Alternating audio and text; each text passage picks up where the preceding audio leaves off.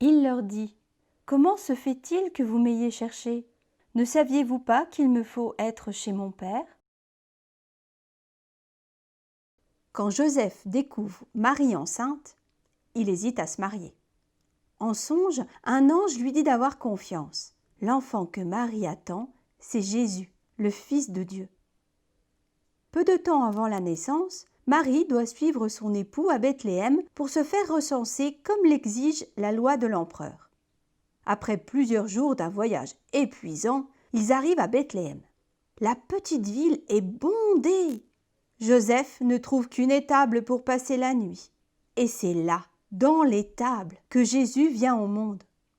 Tout près, des bergers sont avertis par l'ange qu'un bébé extraordinaire vient de naître. Ils sont les premiers à venir lui rendre visite. Bien plus tard, ce sont des mages venus d'Orient qui viendront rendre visite à Jésus et Marie. Comme le veut la tradition, quelques jours après la naissance de Jésus, Marie et Joseph se rendent au temple de Jérusalem.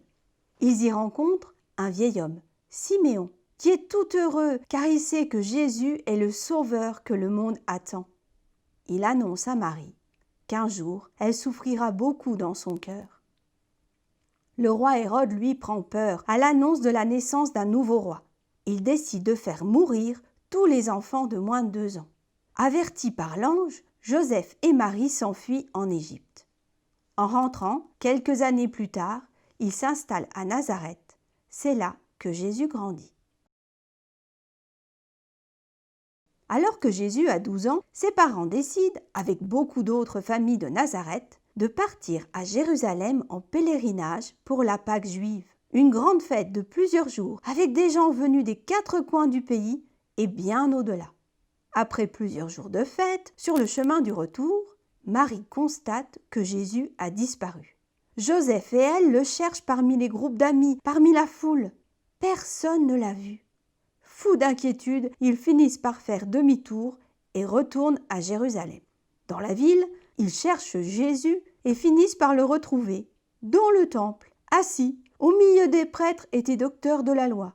Tous ces hommes l'écoutent et sont stupéfaits de ses connaissances et de son intelligence.